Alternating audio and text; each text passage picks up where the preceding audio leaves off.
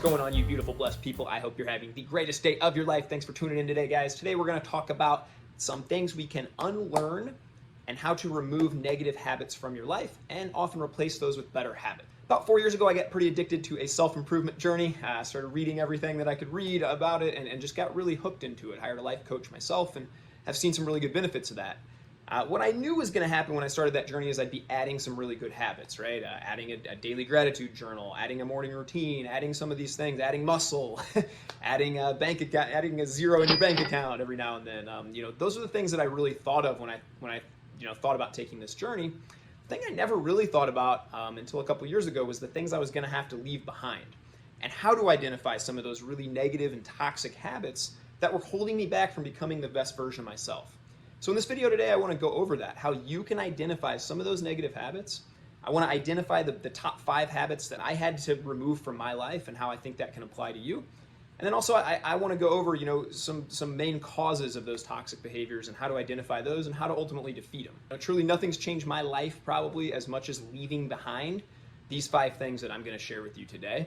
So as I kind of journey through them, I'd like you to be thinking to yourself, be mindful about it, and ask yourself some hard questions. Would my life be better or worse if I gave up these things? And then a lot of times I just did a trial period. Not all these will apply to you. You need to be mindful and thinking about your own life.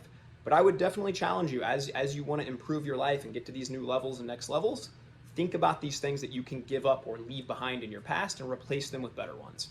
So let's hop into it. The number one thing that I gave up that I would say that everybody should is snoozing. You start the day off with a big fat L when the snooze button goes off and you just kind of sit there. Or worse yet, as a parent, when your kids are your alarm clock and they come running into the room and then all of a sudden you feel the stress come up. You got to make the breakfast. You got to make your breakfast. You got to pack the lunches. You got to get everybody's schedule. You got the meetings, the emails, you're getting pulled every direction. So not snoozing was a very big one for me and sort of creating a morning routine. That was just a habit for a long time that my alarm clock went off. I'd punch snooze, snooze, snooze. Oftentimes I'd snooze 5 or 6 times. Point where I'd annoy my wife pretty big and she'd say things like, why don't you just set your alarm for later? It's waking us up so much earlier. I was addicted to snooze and I just told myself this lie of, I'm just not a morning person. That's just not who I am. You know what made me a morning person? Not snoozing. Now that my alarm clock goes off, first thing I do is just spring out of bed. Get ready to attack the day. Let's go. Let's start. Let's get on mission. Let's fire off. So that was the first big thing that I left behind that really started to make a really big impact on my life. The second thing, mindless social media scrolling. For a very, very long time, I was just a consumer of social media. Didn't really post much, maybe a cute picture of me and my kids every now and then, or that family photo of a vacation that, even though the kids are screaming, you're going to take the good picture to make everybody think you had a great time. But this is what I was just a consumer on social media. I often consumed politics. Those are most of the people that I followed on Twitter. Politics, celebrities, athletes, people that had no bearing on my life whatsoever. But that's where I put a lot of energy and a lot of emphasis in the time that I was online. I'd mindlessly scroll through my phone, and I'd go long periods of time even where, I just, oh my gosh, it's been an hour and a half, and I wouldn't even realize it when I just popped on my phone for a minute. So I replaced that by creating on social media. And that was a pretty big thing. So just to start to post and then to start to, instead of mindlessly scroll, hey, I'm going to grab a book and I'm going to read and I'm going to think about some things there that are going to make me better that I can start to write out or tweet out and help other people. And so that really helped me. And so I would challenge you to sort of limit your social media time and try and go through that feed and make yourself, if you're going to use social media, use it to benefit you. It's a tool. It's neither good nor bad. I hear people say all the time, social media is so toxic. It's only toxic if you allow it to be toxic. You get to choose everybody you follow. And so that was a very big thing for me. And so when I had to kind of unlearn this, I went through my whole feed of everybody I follow. And I deleted people that were constantly complaining, constantly negative, constantly arguing about politics and things like this. And I followed a bunch of champions. So now when I pull up my social media timelines and my feeds, it's just a bunch of positive people sharing a bunch of positive stuff. And you know what? Whatever comes into the mind, as a man thinketh, so is he.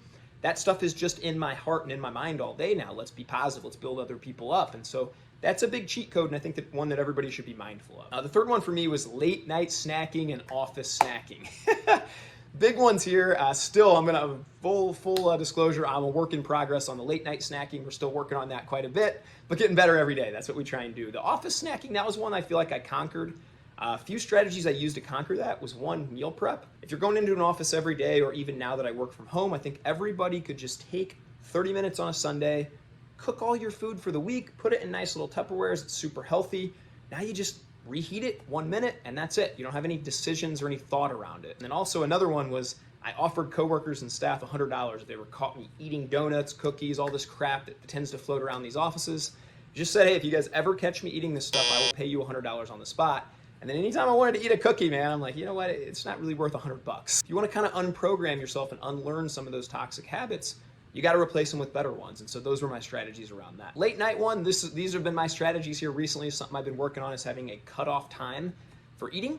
So I'm trying to make that 7:30 for myself. So I don't want to snack at all after 7:30. It's a hard part to do because at the end of the day, that's when you're the most tired, the kids wore you down, and you just want to eat a snack, right? So what I've been doing is writing sticky notes to myself, putting those on the pantry and in the fridge, just little whys and reminders to myself why I don't want to do those things. So just reprogramming myself in that way. Fourth thing, and this is a big one, guys, I mentioned it earlier in the video, giving up cable news. Look, once you realize cable news does not exist to inform you, it only exists to sell to you and sell you fear, anxiety, hate, division, all these things. You know, if you're watching this today and you're a person that says, I want to be a good citizen, I need to watch the news, that's where I was at, a few years ago. Then I just did an exercise. I said, every time I consume news, whether that's Fox News, CNN, MSNBC, any of these places that I was always watching, because I tried to be balanced and wanted to get views from everywhere, I would take a minute after I watched it and I would journal how I felt. Every single time, this is like 50 out of 50 times, I felt worse. I felt more anxious, more stressed. So then I just had to ask myself this question: why am I allowing these people to rob my peace? I can't do anything about these issues even that I'm learning about, right? So for me, giving that up was one of the best things that I ever did. I just took the apps off my phone. We no longer have cable TV or any access to that stuff. And I, again, curate my feed, my social media feed, so that I'm not seeing this kind of poison and letting this stuff get in my brain. I truly don't think our brains are designed to absorb all the world's problems every single day. It's going to make us an anxious, nervous wreck. It did for me for a long time as I've been medicated for anxiety. I just replaced that with a lot of reading, a lot more family time, a lot more journaling and writing and creating and things like that. And that's been such a net positive in my life. And so that's something I'd urge you to think about too. The last one, and this is for guys, this is a hard one to say. Even as a Christian man, I struggled with this for many years up until a couple years ago. And that was pornography. I had to learn that it's not normal, nor should it be normal, for a married man to just casually view pornography. Now, this wasn't something where I could name a bunch of porn stars or knew a lot about it, but, if my wife and I hadn't been together in a few days or whatnot, I just justified it as well as what guys do, is what guys need to do. And so, unlearning that habit was a big deal for me. And boy, nothing has upped my faith more, nothing has upped my marriage more. Now that my wife knows she's the only woman that I ever look at, think about, fantasize about. That's a big deal, guys. And so I would challenge you, if that's just a normal little habit that you do once or twice a week, to really ask yourself some questions on that. Now, the way that I kind of unprogram that, this is a fun one, is, shout out to Eddie Lowen, Preacher. I made my Preacher my home screen, my private browsing home screen. So anytime that I would want to think about that, I would have to see my Preacher and be very mindful about that. If you're a dad of a daughter, I would urge you to put her picture on there too, because you know what? Anytime you're viewing that stuff, that is somebody's daughter. And ultimately, if you have faith like I have, man, ultimately that woman or whoever you're viewing is also a child of God. And so I wanted to reprogram my brain to start viewing people in that way. I think sex is an amazing thing within the confines of our marriage and relationship. And, it's 100x, honestly, since I quit that a couple years ago. So I would urge you to think of that. Each time we choose a positive habit over a negative one, our brain actively creates little new neural pathways. I mean, I think in my head, just new highways are forming, man, of it's like that old saying, if you haven't gone to the gym for 2 straight years, you're very unlikely to go that next day. But if you've just gone to the gym every day for 2 years in a row, hey, odds are you're just going to get up and go the next day, because that's just what you do. And so being very mindful and living a life that's very mindful about some of these toxic habits and some of these toxic behaviors and how you can unlearn them and stop to do those things will actually create new neural pathways in your brain that say that's not normal anymore. For me now to watch the news would be a very weird thing. I haven't done it in a couple of years. To view pornography in a couple of years, it would be very weird because that's just not normal. That's not what I've done. So when you're faced with that decision, you come to the conclusion of, I want to give up. It might be for you, it might be alcohol, it might be smoking, it might be whatever that thing is you want to give up. Every time you make a choice to make a better decision than that, you are actively telling your brain, this is the new normal. This is what we're doing. We're creating new pathways that's saying this is the direction my life's going. And again, nothing's going to determine your destiny more than those daily choices that you make and those daily habits. So put a lot of stock in that and take a lot of, have some takeaways from that. I think if you're looking at why we do a lot of these things, stress and boredom have to be the main causes.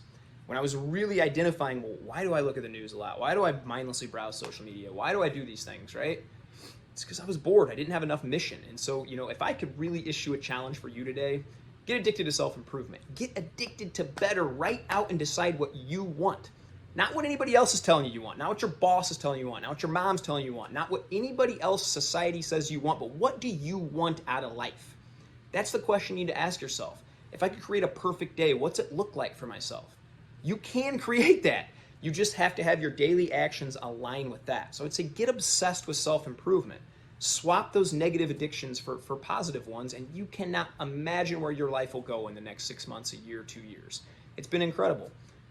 Zach Hommel, a man that I love and respect, told me one time, we're all addicted to something, Ty. Everybody's going to be addicted to certain things. And so what I did is I swapped my pornography addiction for Jesus. I'm obsessed, to be honest, with studying Jesus, his life. I love studying the word and getting in it all the time. I swapped mindless news for writing and creating side hustles and income streams. I'm pretty addicted to that. I love making passive income. It's pretty awesome. Also, cut out as many triggers as possible. A lot of times you need to get accountability buddy. You need to put up barriers between these negative habits for yourself so that you can get to where you want to go.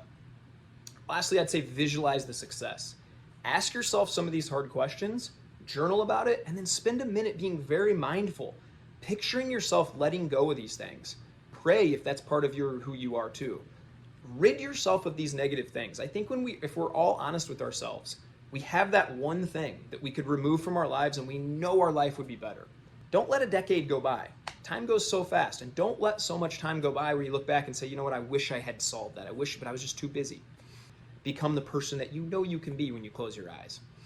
Guys, thanks for watching so much. I hope that you identified those 1 or 2, maybe 3 things that you want to leave behind and give away. I'd urge you to tackle one thing at a time and try and replace that one negative habit with a more positive one.